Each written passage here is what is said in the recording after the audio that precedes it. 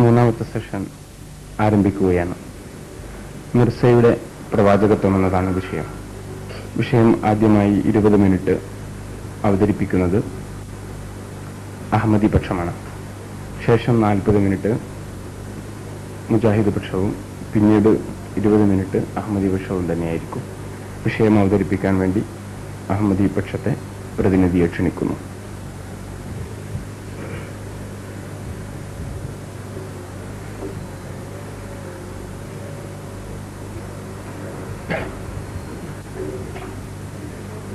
أشهد أن لا إله إلا الله وحده لا شريك له وأشهد أن محمدا عبده ورسوله أما بعد فأعوذ بالله من الشيطان الرجيم بسم الله الرحمن الرحيم اللهم صل على محمد وعلى آل محمد وبارك وسلم إنك حميد مجيد رب اشرح لي صدري ويسر لي أمري واحلل عقدة من لساني يفقهوا قولي.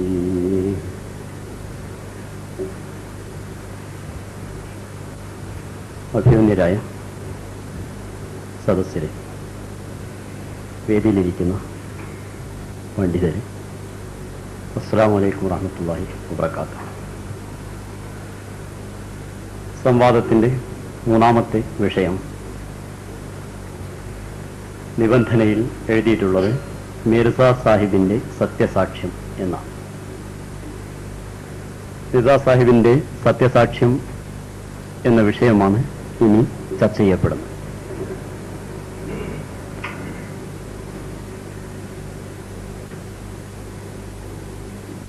ലോകം അന്ധകാരത്തിലും അധർമ്മത്തിലും ആണ്ടുപോകുമ്പോൾ അവരെ സൽപന്ഥാവിലൂടെ നയിക്കുന്നതിന് വേണ്ടി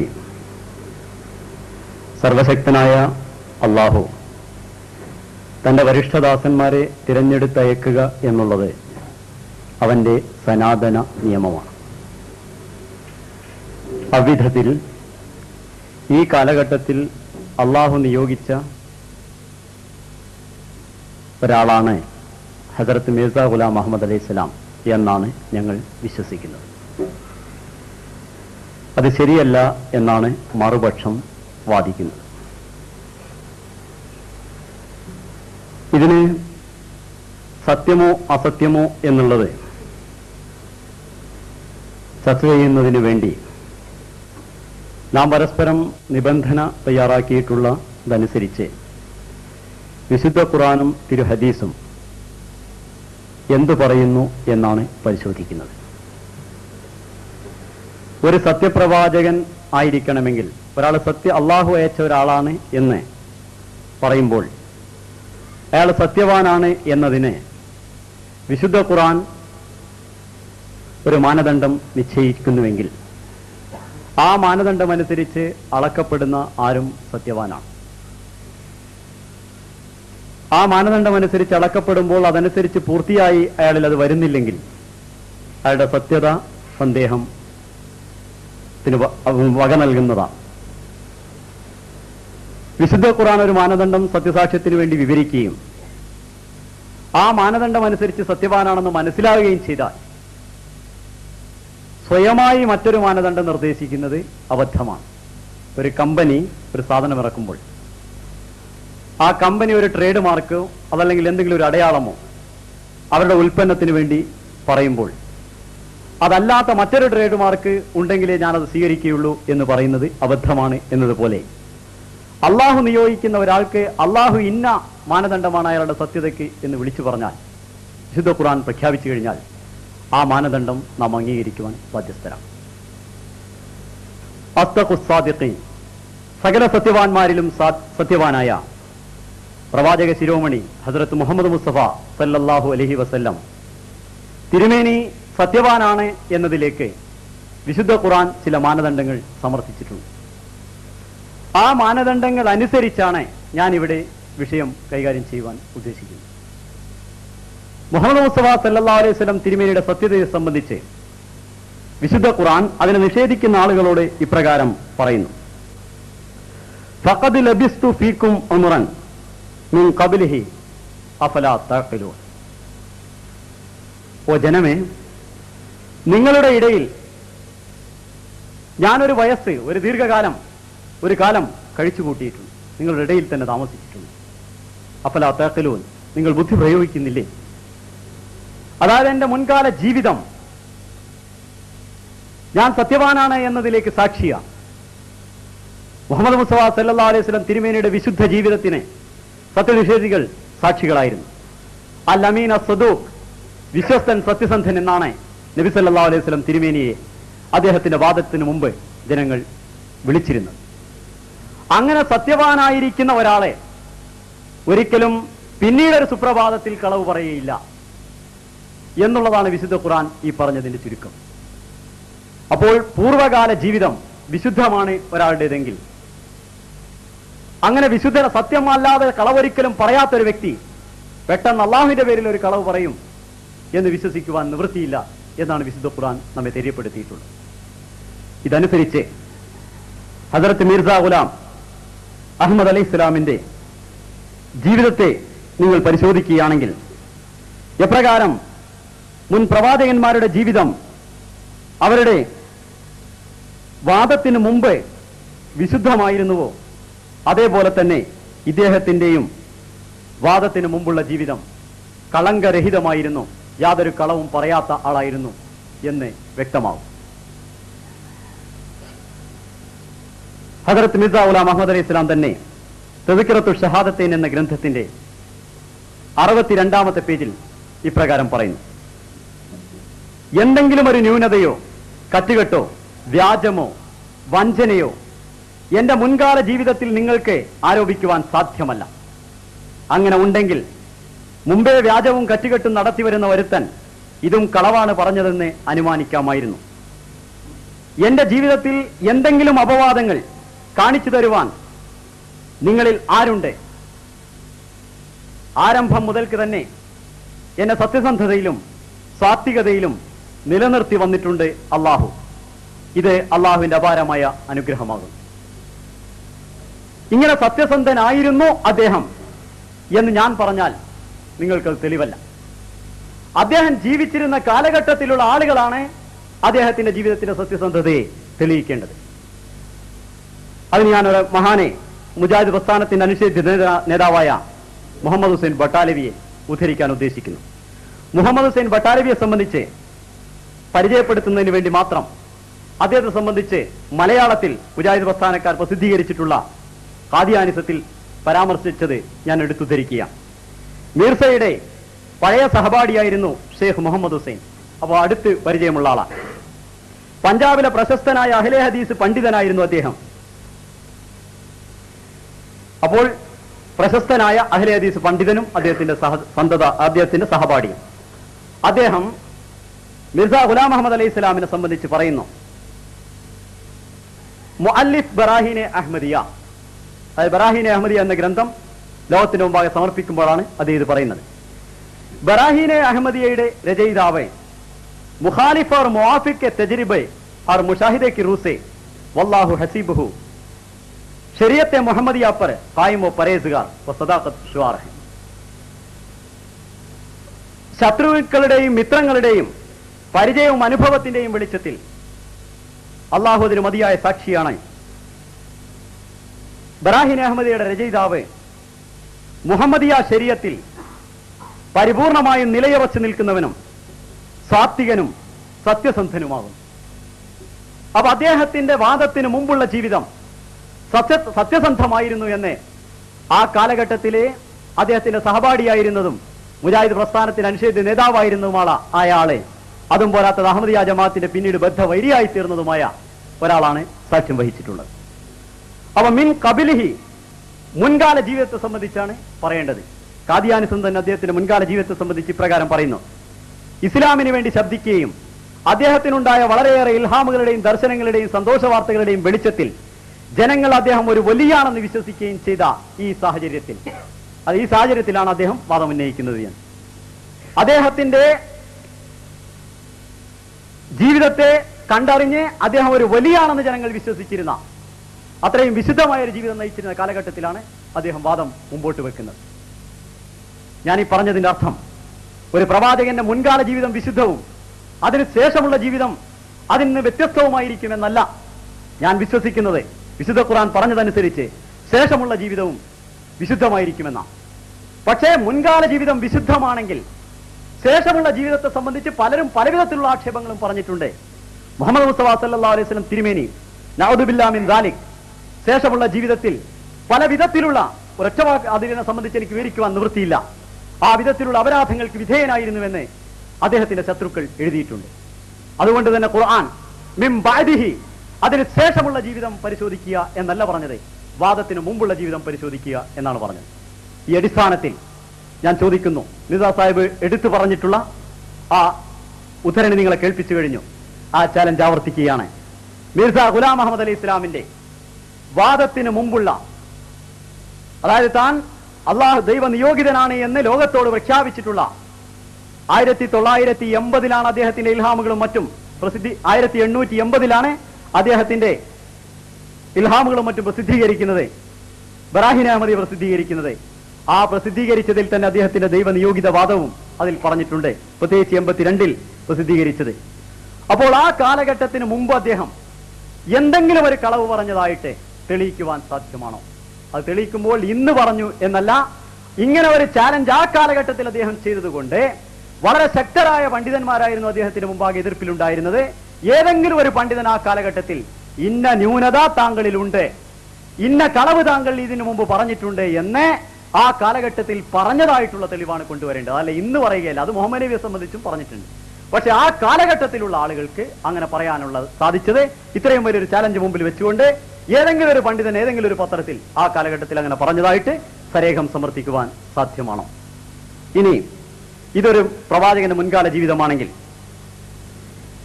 അതിനുശേഷമുള്ള ജീവിതം എന്തായിരിക്കണം? അതിലെന്താണ് തന്റെ ജീവിതത്തിൽ ഉണ്ടായിരിക്കേണ്ടത്? അതെങ്ങനെയാണ് സത്യമാണോ അസത്യമാണോ എന്ന് മനസ്സിലാക്കേണ്ടത് മരിച്ചുപോയ ഒരാളെ സംബന്ധിച്ച് എന്നതിനെ സംബന്ധിച്ചും വിശുദ്ധ ഖുർആൻ മാനദണ്ഡമായി, സത്യസാക്ഷ്യത്തിന് മാനദണ്ഡമായി വിഷയങ്ങൾ അവതരിപ്പിച്ചിട്ടുണ്ട്. അതിലൊന്ന് മുഹമ്മദ് മുസ്തഫ സല്ലല്ലാഹു അലൈഹി വസല്ലം തിരുമേനിയുടെ സത്യതയ്ക്ക് തെളിവായിക്കൊണ്ട് ഇപ്രകാരം പറയുന്നു: തൻസീലും മിർ റബ്ബിൽ ആലമീൻ വലൗ തഖവ്വല അലൈനാ ബഅദൽ അഖാവീൽ ലഅഖദ്നാ മിൻഹു ബിൽ യമീൻ ثم لقطعنا منه الوتين فما منكم من أحد عنه حاجزين. ഇത് സർവലോക രക്ഷിതാവിൽ നിന്നുള്ളതാകുന്നു. ഇദ്ദേഹം ചില വചനങ്ങൾ നമ്മുടെ പേരിൽ കറ്റികെട്ടി പറയുകയാണെങ്കിൽ നാം വലതുകൈ കൊണ്ട് ഇദ്ദേഹത്തെ പിടികൂടുകയും പിന്നെ ഇദ്ദേഹത്തിന്റെ ജീവനാടി അറുത്തു കളയുകയും ചെയ്യുന്നതാണ്. നിങ്ങളിൽ ആർക്കും അതിനെ അകറ്റി കളയുവാൻ സാധ്യമല്ല. സൂറത്ത് അൽ ഹാഖത്ത്. വിശുദ്ധ ഖുർആൻ പറഞ്ഞത് മുഹമ്മദ് മുസ്തഫ സല്ലല്ലാഹു അലൈഹി വസല്ലമയോട് അവതരിപ്പിക്കുന്ന ഈ വിശുദ്ധ ഖുർആൻ അള്ളാഹു തന്നെ അറിയിച്ചിരിക്കുന്നു എന്ന് പറഞ്ഞുകൊണ്ടാണ് അദ്ദേഹം പറയുന്നത്. അങ്ങനെ അള്ളാഹു തന്നെ അറിയിച്ചിരിക്കുന്നു എന്ന് പറഞ്ഞുകൊണ്ട് പറയുന്ന വാക്കുകൾ സ്വയം കൃതിച്ചുകൊണ്ട് സ്വയം കറ്റികെട്ടിക്കൊണ്ട് അള്ളാഹുവിന്റെ പേരിൽ ചമച്ചുണ്ടാക്കി പറയുകയാണെങ്കിൽ, എന്തെങ്കിലും ഒരു വചനം പോലും അങ്ങനെ ചമച്ചുണ്ടാക്കി പറയുകയാണെങ്കിൽ മുഹമ്മദ് മുസ്തഫ സല്ലല്ലാഹു അലൈഹി വസല്ലം തിരുമേനിയുടെ വലം കൈ കൊണ്ട് അള്ളാഹു പിടിക്കുകയും അത് ശക്തമായി പിടിക്കുകയും അദ്ദേഹത്തിന്റെ ജീവനാടി അറുത്തു കളയുകയും ചെയ്യുന്നതാണ് എന്ന് വിശുദ്ധ ഖുർആൻ പറയുന്നു. അപ്പൊ മുഹമ്മദ് മുസ്തഫ സല്ലല്ലാഹു അലൈഹി വസല്ലം തിരുമേനിയുടെ സത്യസാക്ഷ്യമായിട്ടാണ് അദ്ദേഹത്തെ അള്ളാഹു ജീവനാടി അറുത്തു കളഞ്ഞിട്ടില്ല എന്നത് എടുത്തു പറയുന്നത്. ഇതിനെ സംബന്ധിച്ച് അമാനി മൗലവി തന്റെ തഫ്സീറുൽ ഖുർആനിൽ വളരെ വിശദീകരിച്ച് പറഞ്ഞിട്ടുണ്ട്. പൂർവ്വ വേദഗ്രന്ഥങ്ങളിൽ കൂടിയുള്ള ഒരു തത്വമാണിതെന്ന്. അള്ളാഹുവിന്റെ പേരിൽ എന്തെങ്കിലും കറ്റുകെട്ടി പറഞ്ഞാൽ അവനെ അള്ളാഹു പിടിക്കുമെന്ന് പൂർവ്വവേദ ഗ്രന്ഥങ്ങളിൽ പറഞ്ഞിട്ടുണ്ട്. അതിനെ എടുത്തുകൊണ്ട് ആ കാര്യത്തെ ഉണർത്തിക്കൊണ്ടാണ് വിശുദ്ധ ഖുർആൻ ഇത് പറഞ്ഞിട്ടുള്ളത്. മുഹമ്മദ് മുസ്തഫ സല്ലല്ലാഹു അലൈഹി വസല്ലം തിരുമേനി തനിക്ക് അള്ളാഹു വിവരങ്ങൾ അറിയിക്കുന്നു എന്ന് അള്ളാഹുവിന്റെ വചനങ്ങൾ കേൾപ്പിച്ചുകൊണ്ട് 20-ൽ പരം വർഷങ്ങൾ ജീവിച്ചു എന്നുകൂടി അദ്ദേഹം കൂട്ടിച്ചേർക്കുന്നു.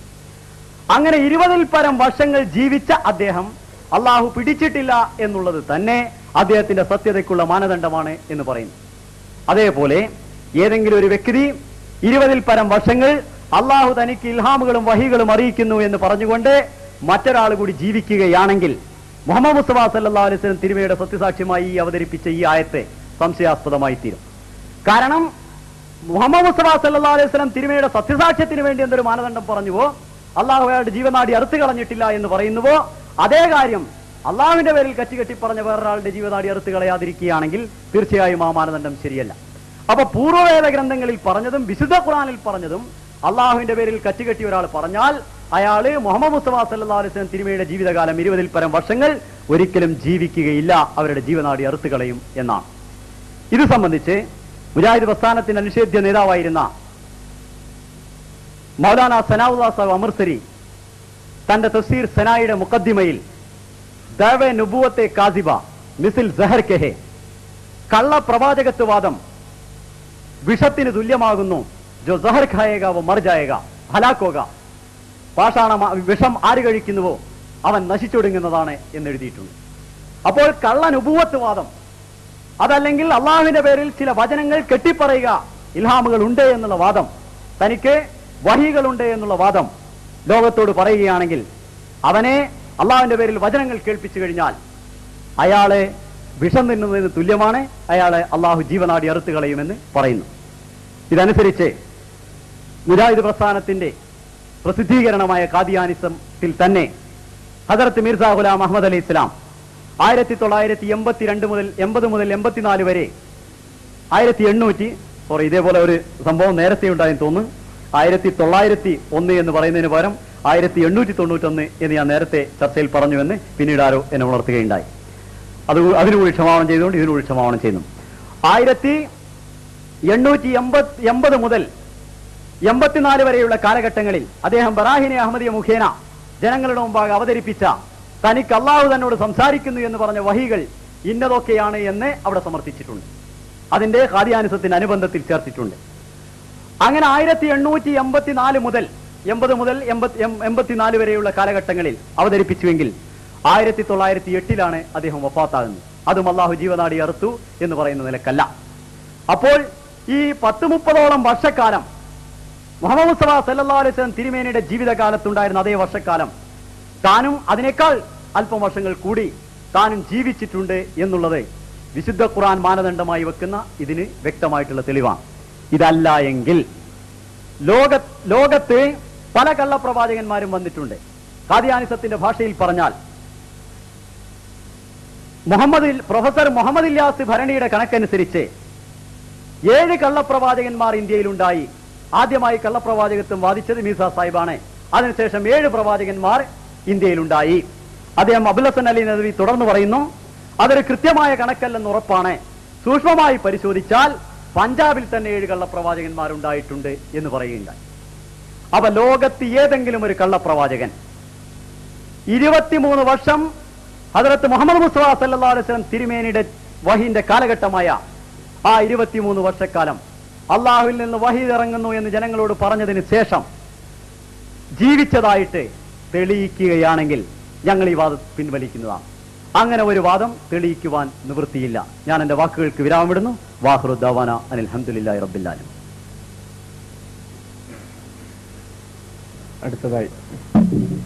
അടുത്തത് മുജാഹിദ് പക്ഷത്തെ പ്രതിനിധിയെ സംസാരിക്കാൻ ക്ഷണിക്കുന്നു. 40 മിനിറ്റ്. അതിന്റെ ഇടയ്ക്കൊരു കാര്യം ക്ലിയറൻസ് കിട്ടണം. 1891 എന്നുള്ളത് തെറ്റായിട്ട് 1900 ഏത് വിഷയത്തിലായിരുന്നു, ഏതായിരുന്ന കാര്യം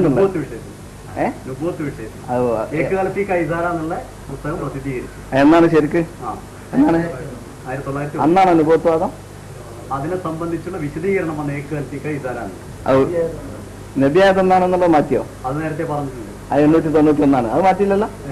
891 മാറ്റില്ലല്ലോ. നബി ആയത് അദ്ദേഹത്തിന് പിന്നെ ഇബ്രാഹിം അഹമ്മദിയുടെ അല്ല ഒരു കൊല്ലം പറഞ്ഞല്ലോ.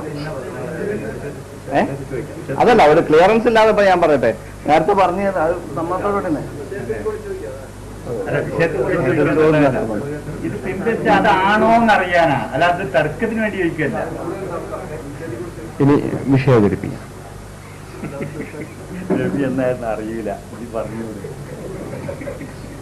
എന്നോ ആയിക്കോട്ടെ.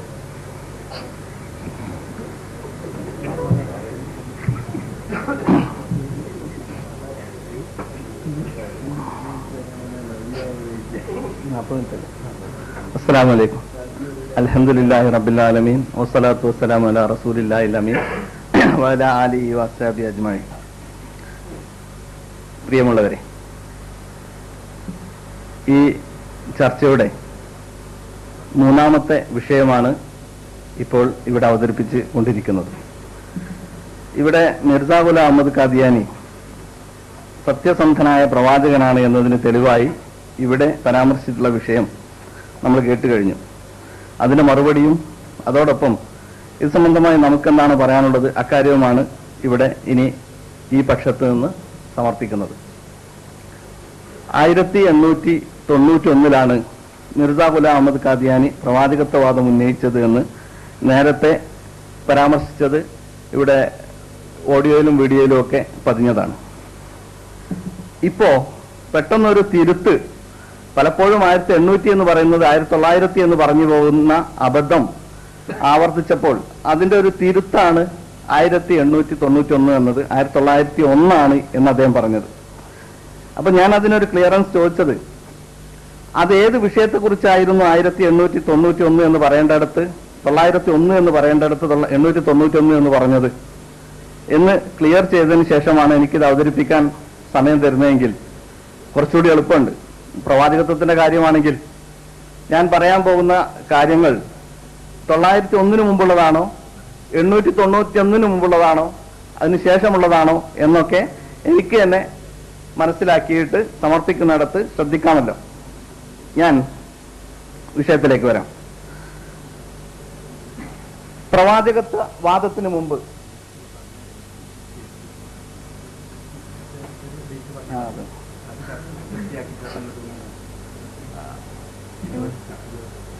1891 പ്രവാചകത്വം വാദിച്ചത് എന്ന് നേരത്തെ പറഞ്ഞ കാര്യത്തിലെ ഊന്നിക്കൊണ്ടാണ് ഞാൻ ഇവിടെ സംസാരിക്കുന്നത്. ഈ തിരുത്ത് വേണമെങ്കിൽ അദ്ദേഹത്തിന്റെ സമയത്തേക്ക് പറയാം. പ്രവാചകത്വവാദത്തിന് മുമ്പ് 1891 മുമ്പ് മിർസാ ഗുലാം അഹമ്മദ് ഖാദിയാനി വളരെ സത്യസന്ധനായിരുന്നു എന്ന് എതിരാളികളുടെ സാക്ഷ്യത്തോടു കൂടിയാണ് ഇവിടെ സമർപ്പിച്ചത് എന്നാണ് മനസ്സിലാക്കുന്നത്. ഒരു വ്യക്തി,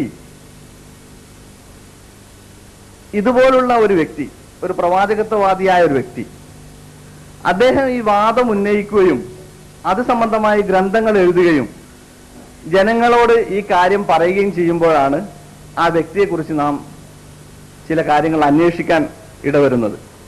ആ കാലഘട്ടത്തിൽ സ്വാഭാവികമായും അതിനു മുമ്പ് അദ്ദേഹം ജീവിച്ചിരുന്ന സമൂഹം എന്ന് പറയുന്നത് വളരെ ചെറിയ ഒരു പ്രദേശമായിരിക്കാനാണ് സാധ്യത. അദ്ദേഹത്തെ അറിയുന്നവർ ഇന്നത്തെ പോലെ ആളുകൾ ഉണ്ടായിരിക്കുകയില്ല എന്നുള്ളത് സ്വാഭാവികമാണ്. ആ സ്ഥിതിക്ക് അദ്ദേഹത്തിന്റെ പൂർവ്വകാല ചരിത്രം നമുക്കറിയില്ല. ഇനി അള്ളാഹു പ്രവാചകനായി നിയോഗിക്കുന്ന ഒരാളാണെങ്കിൽ അദ്ദേഹം, ഇപ്പോ ഉദാഹരണത്തിന് മുഹമ്മദ് നബി സല്ലല്ലാഹു അലൈഹി വസല്ലമയെ എടുക്കാം. അദ്ദേഹം എന്ന് ജനിച്ചു എന്നും അദ്ദേഹത്തിന്റെ ജീവിതത്തിന്റെ വിവിധ ഘട്ടങ്ങളിൽ ശൈശവം മുതൽ 40 വയസ്സിൽ നുബുവത്ത് കിട്ടുന്നവരെയുള്ള ചരിത്രം പിൽക്കാലത്ത് ക്രോഡീകരിക്കപ്പെട്ടതാണെങ്കിലും ആ കാലഘട്ടത്തിലെ ആളുകളിൽ നിന്ന് വളരെ സത്യസന്ധമായ റിപ്പോർട്ടിലൂടെ നമ്മുടെ മുമ്പിൽ എത്തിയതാണ്. എന്നാൽ മിർസാ ഗുലാം അഹമ്മദ് ഖാദിയാനിയുടെ ചരിത്രം, അദ്ദേഹം പ്രവാചകത്വവാദം ഉന്നയിച്ചു അല്ലെങ്കിൽ അദ്ദേഹം ഗ്രന്ഥരചന ആരംഭിച്ചതിന് ശേഷമുള്ള കാലഘട്ടത്തെക്കുറിച്ച് നമുക്ക് വ്യക്തമായ പിടിപാടുള്ളൂ.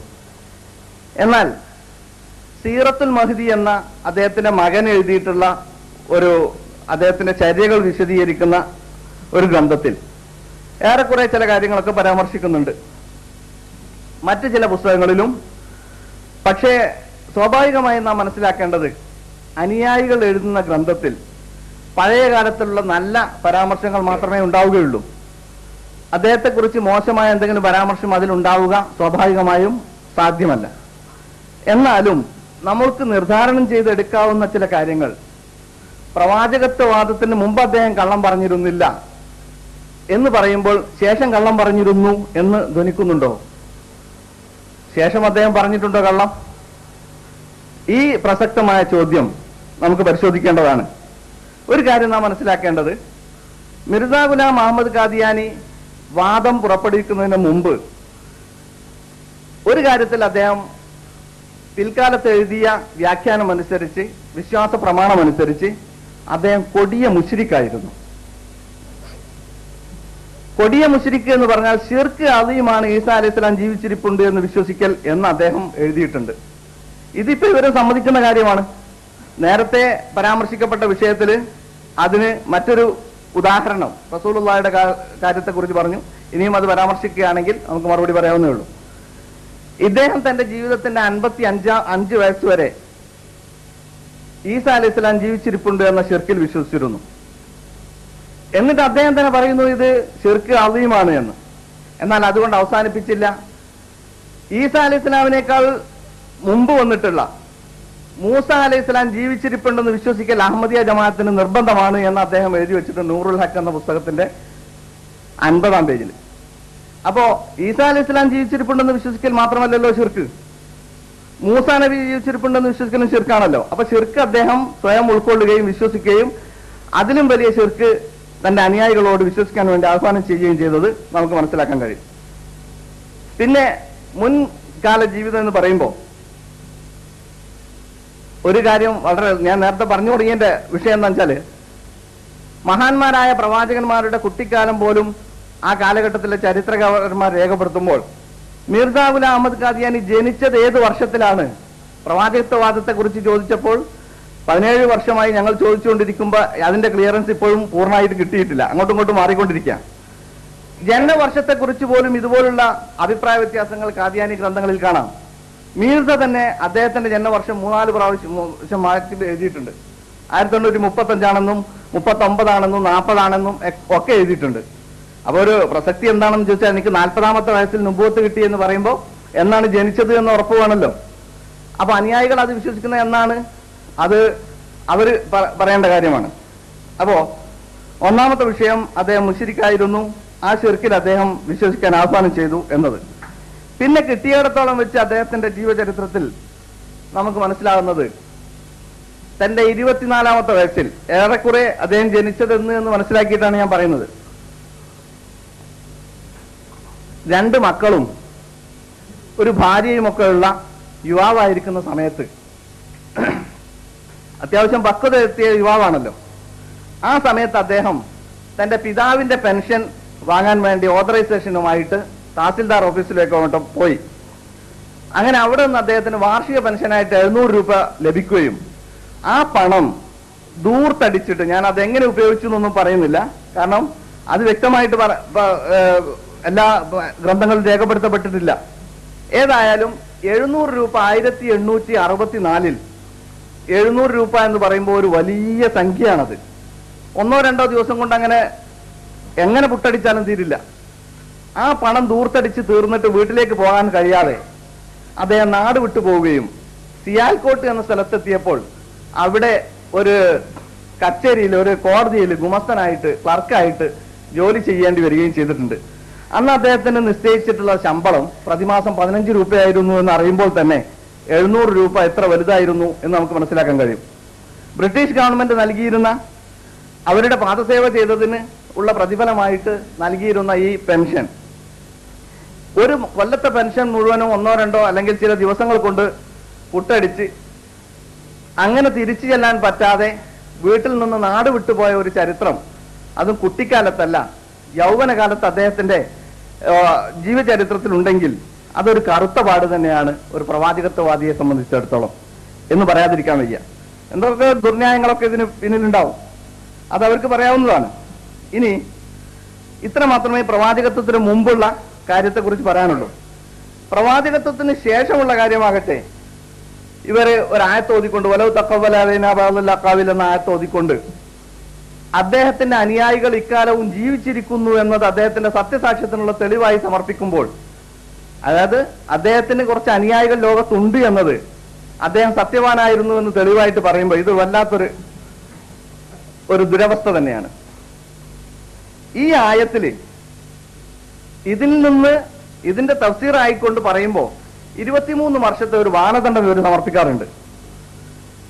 ഒരു ചോദ്യം ചോദിക്കട്ടെ, അതായത് ചോദ്യത്തിന്റെ അവസരത്തിൽ നിങ്ങളുടെ അവസരത്തിൽ മറുപടി പറയേണ്ടതുകൊണ്ട് ഞാൻ അങ്ങനെ ഒരു ഊന്നൽ നൽകുന്നത്.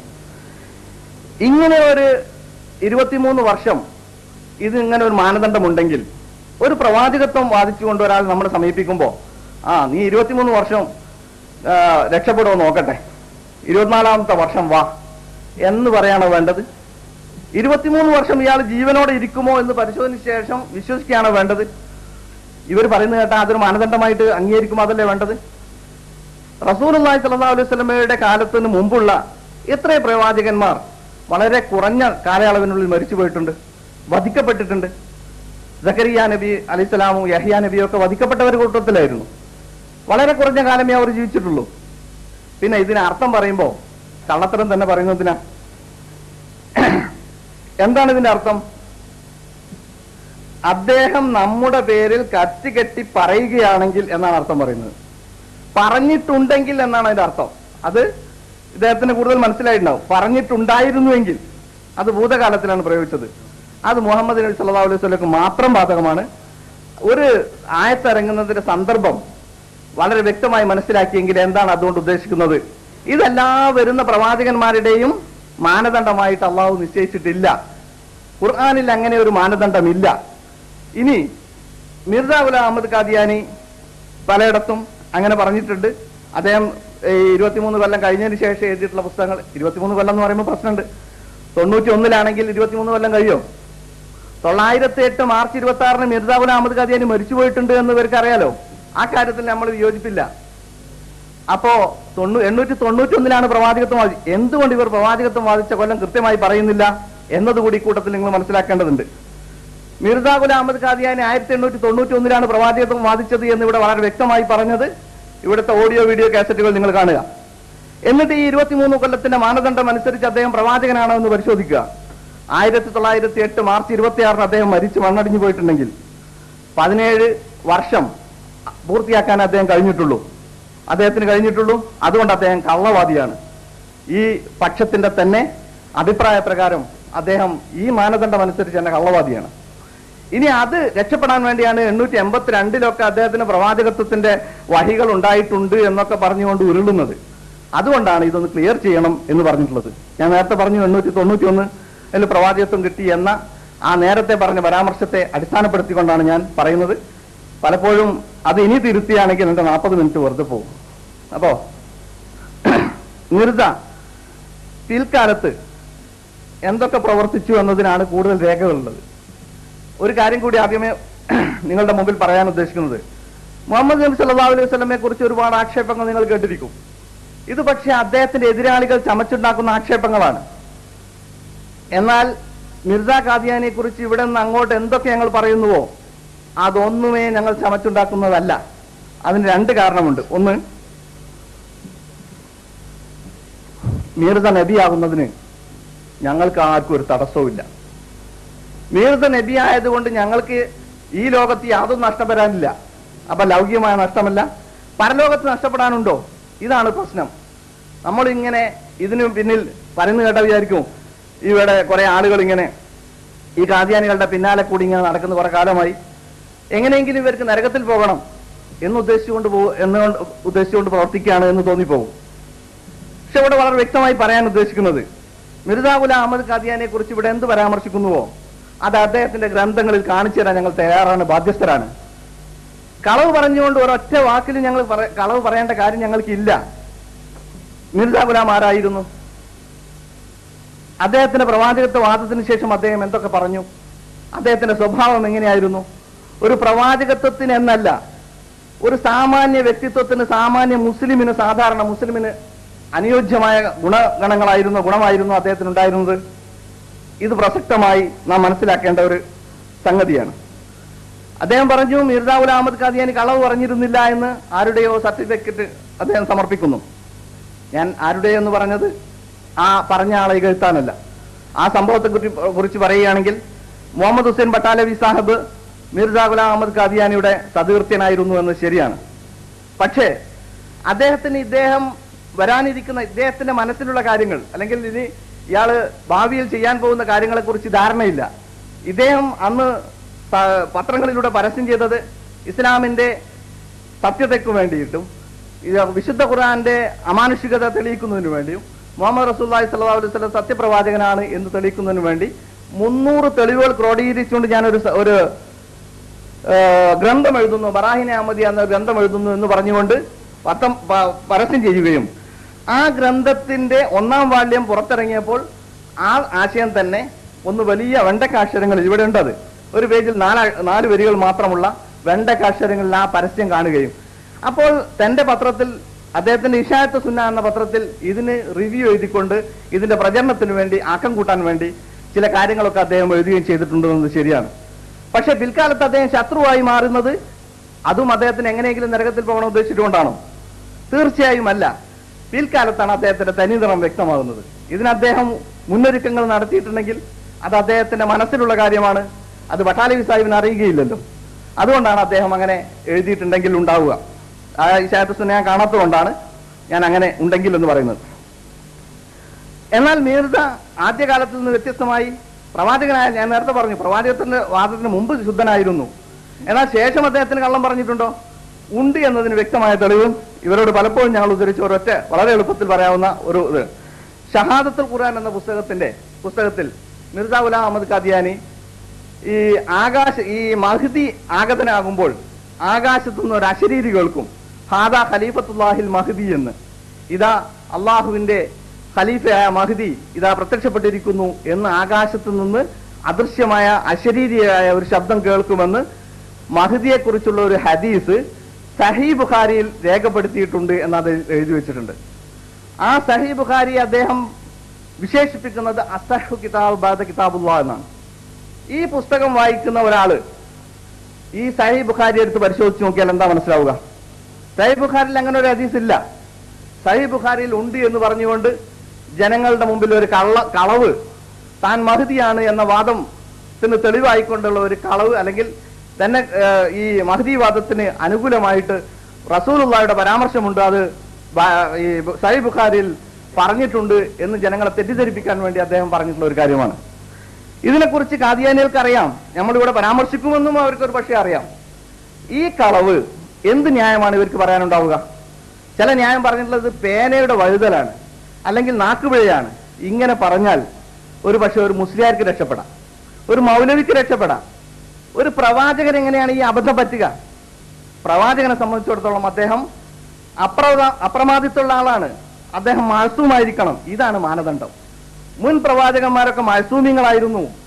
അവർക്കൊന്നും ഒരു പ്രാവശ്യം പോലും അവരാരും കളവ് പറഞ്ഞായിട്ട് തെളിയിക്കാൻ സാധ്യമല്ല. എന്നാൽ മിർസ ഗുലാം അഹമ്മദ് ഖാദിയാനി കള്ളത്തരം പറയുക മാത്രമല്ല, എഴുതി പിടിപ്പിച്ചിരിക്കുന്നു, അതിവരിങ്ങനെ പ്രസിദ്ധീകരിച്ചുകൊണ്ടിരിക്കുന്നു. ഇനി അത് കളവാണെങ്കിൽ, അല്ല അത് പേനപ്പിഴവാണെങ്കിൽ, അത് തെറ്റാണ് സംഭവിച്ചതെങ്കിൽ നിങ്ങളുടെ പത്രങ്ങളിലെങ്കിലും അത് തിരുത്തണ്ടേ, അല്ലെങ്കിൽ അതിന്റെ മുഖവുരയിൽ തിരുത്തണ്ടേ? ആ തിരുത്ത് പ്രസിദ്ധീകരിക്കാനുള്ള ആർജവം നിങ്ങൾ കാണിക്കണമെന്നാണ് എനിക്ക് പറയാനുള്ളത്. ഇതുപോലെ ഒരുപാട് കാര്യങ്ങൾ. കളവിനൊരു ഉദാഹരണം, സമയം കുറവായതുകൊണ്ട് ഓരോന്നിനും ഓരോ ഉദാഹരണം പറയാം. കൊടിയ വഞ്ചന അദ്ദേഹം കാണിച്ചു. ഞാൻ നേരത്തെ പറഞ്ഞ ബറായിൻ അഹമ്മദിയുടെ പ്രസിദ്ധീകരണത്തിന് മുമ്പ് പ്രീ പബ്ലിക്കേഷന് വേണ്ടി അദ്ദേഹം സമർപ്പിച്ചിട്ടുള്ള പരസ്യങ്ങളിൽ, അദ്ദേഹം പ്രസിദ്ധീകരിച്ചിട്ടുള്ള പരസ്യങ്ങളിൽ, ഞാൻ 50 വാല്യങ്ങളായിട്ട് ഈ ബറായിൻ അഹമ്മദിയെ പ്രസിദ്ധീകരിക്കാൻ പോകുന്നു, അതിന് ഇന്ന കാര്യങ്ങൾ ഉണ്ടാകും, അതിന് 300 തെളിവുകൾ ക്രോഡീകരിച്ചിട്ടുണ്ട് എന്ന് വ്യക്തമായി പറഞ്ഞതിന് ശേഷം ഈ 50 വാല്യങ്ങൾക്ക് വേണ്ടി മുൻകൂറായി പണം വാങ്ങി. അങ്ങനെ ആളുകളിൽ നിന്ന് 10,000-ഓളം രൂപ അദ്ദേഹം വാങ്ങിയതായിട്ട് ബറാഹിന്റെ വാല്യങ്ങളുടെ മുഖവുരകളിൽ ആളുകളുടെ പേരും സംഖ്യയും എടുത്തെഴുതിക്കൊണ്ട് ലിസ്റ്റ് പ്രസിദ്ധീകരിച്ചു. ഇതൊക്കെ കിട്ടുന്ന നമുക്ക് മിർസയുടെ പുസ്തകത്തിൽ നിന്ന് തന്നെയാണ്. അങ്ങനെ പ്രസിദ്ധീകരിച്ചതിന് ശേഷം അദ്ദേഹം 1884 4 വാല്യം പ്രസിദ്ധീകരിച്ചതിന് ശേഷം ഒരുപാട് പുസ്തകങ്ങൾ വേറെ ഒരുപാട് പുസ്തകങ്ങൾ എഴുതിയതിനു ശേഷം 1905 അദ്ദേഹം എഴുതിയിട്ടുള്ള ബറാഹിന്റെ 5-ാം വാല്യം, യഥാർത്ഥത്തിൽ നുസ്രത്തുൽ ഹഖ് എന്നൊരു പുസ്തകം എഴുതുകയും അതിന് ബറായിൻ അഹമ്മദി വാല്യം 5 എന്ന് പേരിടുകയുമായിരുന്നു ചെയ്തത്. അതെന്തോ ആകട്ടെ. ഈ പുസ്തകം പക്ഷേ പ്രസിദ്ധീകരിക്കുന്നത് മിർസയുടെ മരണശേഷമാണ്, 1909. ആ പുസ്തകത്തിന്റെ മുഖവുരയുടെ 7-ാം പേജിൽ അദ്ദേഹം എഴുതുകയാണ്, मैंने 50 ജിൽദ് ലിഖ്നെ കാ ഇറാദ കിയാ താ, ഞാൻ 50 വാല്യങ്ങൾ എഴുതണമെന്ന് ഉദ്ദേശിച്ചിരുന്നു. अब 5 पर इक्तिफा करता हूं, ഇപ്പോൾ 5-ൽ അവസാനിപ്പിക്കുകയാണ്. चूंकि 5 और 50 का सिर्फ एक नुक्ते का फर्क है, 5ഉം 50ഉം തമ്മിൽ ഒരു 0-ന്റെ വ്യത്യാസമേ ഉള്ളൂ. और मेरा वादा पूरा हो गया, ഇതാ 5 കൊണ്ട് എന്റെ വാഗ്ദത്തം പൂർത്തീകരിച്ചിരിക്കുന്നു. ഈ വാദ എന്ന വാക്ക് അതിലുള്ളത് അറിയാതെ മുമ്പ് എന്റെ സുഹൃത്ത് അതിന് കൊടുത്ത മറുപടി എന്താണ്? അത് എന്റെ കൃത്രിപ്പാണ്, വാദ എന്ന് പറഞ്ഞിട്ടില്ല, അല്ല വാഗ്ദത്തം എന്ന് പറഞ്ഞു. ആദ്യം ഇറാദ എന്ന് പറഞ്ഞു, പിന്നെ വാദ എന്ന് പറഞ്ഞു. മുഖത്തടിച്ച പോലെ പണം കൊടുത്തവന്റെ മുഖത്തടിച്ച പോലെയല്ല ഈ മറുപടി. ആളുകളോട് പറയുകയാണ് അഡ്വാൻസ് പ്രീ പബ്ലിക്കേഷൻ തട്ടിപ്പ്, ഇതിന് വഞ്ചന തട്ടിപ്പ് എന്നൊക്കെ എല്ലാം എന്താ പറയുക. ഇനിയോ ഇതിൽ 300 തെളിവുകൾ ക്രോഡീകരിച്ചിട്ടുണ്ട് എന്നാണ് പറയുന്നത്. 300 തെളിവുകൾ പോയിട്ട് ഒന്നുപോലും പൂർത്തിയാക്കാൻ കഴിഞ്ഞിട്ടില്ല എന്ന് ബറാഹീൻ മറച്ചു നോക്കിയാൽ നമുക്ക് മനസ്സിലാക്കാൻ കഴിയും. മാത്രവുമല്ല, അദ്ദേഹത്തിന്റെ മകൻ സീറത്തുൽ മഹദിയിൽ അക്കാര്യം സമ്മതിക്കുന്നു. എന്റെ ഉപ്പ ഈ കാര്യത്തിന് വേണ്ടി 300 തെളിവുകൾ ക്രോഡീകരിക്കുമെന്ന് പറഞ്ഞിരുന്നു, എന്നാൽ അദ്ദേഹത്തിന് ഒന്നുപോലും പൂർത്തീകരിക്കാൻ കഴിഞ്ഞിട്ടില്ല. ന്യായം ഉണ്ടാവും ഇവർക്ക്. എന്താണ് ന്യായം പറയാൻ പോകുന്നത്? റസൂലുള്ള 50 നേരത്തെ നിസ്കാരവുമായിട്ട് വന്നു. ഇവിടുന്ന് പോകുമ്പോൾ പറഞ്ഞായിരുന്നു ഞാൻ 50 റക്അത്ത് നിസ്കാരമായിട്ട് വരാം, 50 വക്ത്. അങ്ങനെ വന്നു നോക്കുമ്പോൾ 5 ഉള്ളൂ. അപ്പൊ റസൂൽ മനുഷ്യന്മാരെ നഴുതുമില്ല, നമ്മളെ പറ്റിച്ചില്ലേ, അതുപോലെയാണ് എന്ന്. പിന്നെ വേറെ മറുപടി ഉണ്ട് ഇവർക്ക്. സത്യദൂതന്റെ എഡിറ്ററായിരുന്ന BM കോയ സാഹിബ് അന്ന് ഒരു മറുപടി പറഞ്ഞിട്ടുണ്ട്, കണ്ണൂരിൽ വെച്ചാൻ തോന്നുന്നു. ഇശായത്തുകാർക്ക് വല്ലതും കൊടുക്കാനുണ്ടെങ്കിൽ ആ രേഖയുമായി വന്നാൽ ഞാൻ കൊടുത്തോളാം. ഇതൊക്കെയാണ് മറുപടി. ചുരുക്കത്തിൽ ഒരു 50 രൂപ വായ്പ വാങ്ങാൻ പോലും പറ്റാത്ത, വായ്പ കൊടുക്കാൻ പോലും പറ്റാത്ത ഒരു അവസ്ഥയിലാണ് ഈ ഖാദിയാനികളുടെ ഈ അവസ്ഥ. ഇനി മറ്റൊരു കാര്യം, മിർസാ ഗുലാം അഹമ്മദ് ഖാദിയാനി മാരണം ചെയ്ത കഥ നിങ്ങൾക്കറിയാം, അല്ലെങ്കിൽ അഹമ്മദികൾക്ക് അറിയായിരിക്കും. ഒരു ആദം എന്ന ഒരു അബ്ദുള്ള ആദം എന്ന ഒരു ക്രിസ്ത്യൻ പാതിരി അദ്ദേഹത്തിന്റെ മരണം പ്രവചിച്ചു. 1893 മറ്റാണ് തോന്നുന്നത്, ഒരു സെപ്റ്റംബർ 5-നാണ് അദ്ദേഹം മരിക്കേണ്ടത്. ആ സംഭവം നടക്കുകയില്ല എന്ന് അദ്ദേഹത്തിന് അറിയാം, അദ്ദേഹത്തിന്റെ പ്രവചനം ഫലിക്കുകയില്ല എന്ന്. കാരണം അള്ളാഹ് അറിയിച്ചു കൊടുത്തു എന്ന് പറഞ്ഞാലും അള്ളാഹ് ഇങ്ങനെ അറിയിച്ചു കൊടുത്തില്ല എന്നുള്ള ഏറ്റവും അറിയൽ അദ്ദേഹത്തിനാണല്ലോ. അതുകൊണ്ട് ഇത് നടക്കില്ല എന്ന് കണ്ടപ്പോൾ അയാൾ ഒരു കൈക്രിയ ചെയ്യാൻ ശ്രമിക്കുകയായിരുന്നു. അന്നൊരു കുറച്ച് അനുയായികളെ കൂട്ടിക്കൊണ്ടുപോയിട്ട് കുറച്ച് കടലമണ്ണി മന്ത്രിച്ച് ഒരു പൊട്ടക്കിണറ്റിലിട്ടത്. ഇതിന്റെ സുന്നത്തനുസരിച്ച് ഇവർ മാരണം കൊടിയത്തൂർ ചെയ്തതും നമ്മുടെ ചരിത്രത്തിൽ ഉള്ളതാണ്, കൊടിയത്തൂർക്കാർക്ക് അറിയാവുന്നതാണ്. അതിപ്പോ പറയാൻ സമയമില്ല. മറ്റൊന്ന്, നിങ്ങളെ പ്രകോപിപ്പിക്കാനല്ല പറയുന്നത്, ഉള്ളത് പറഞ്ഞാലും നിങ്ങൾക്ക് പ്രകോപിതരാവുമെങ്കിൽ പിന്നെ ഞാൻ അതിൽ നിസ്സഹായനാണ്. 1894 സെപ്റ്റംബർ 5 അതിന്റെ ഡേറ്റ്. ഈ സംഭവം അതിന്റെ 2-3 ദിവസങ്ങൾക്ക് മുമ്പ് നടന്നതാണ്. സീറത്തുൽ മഹദിയിലുണ്ട്, മറ്റു പല പുസ്തകങ്ങളിലും ആ കാര്യമുണ്ട്. ഇനി ഇദ്ദേഹത്തിന്റെ സ്വഭാവത്തിന്റെ മറ്റൊരു സവിശേഷത, അദ്ദേഹം നാക്കെടുത്താൽ ചീത്ത പറഞ്ഞിരുന്നു എന്നുള്ളതാണ്. ഇത് പ്രവാചകനാണോ എന്നാണല്ലോ പരിശോധിക്കുന്നത്. അദ്ദേഹത്തിൽ വിശ്വസിച്ച ആളുകളെ കുറിച്ച്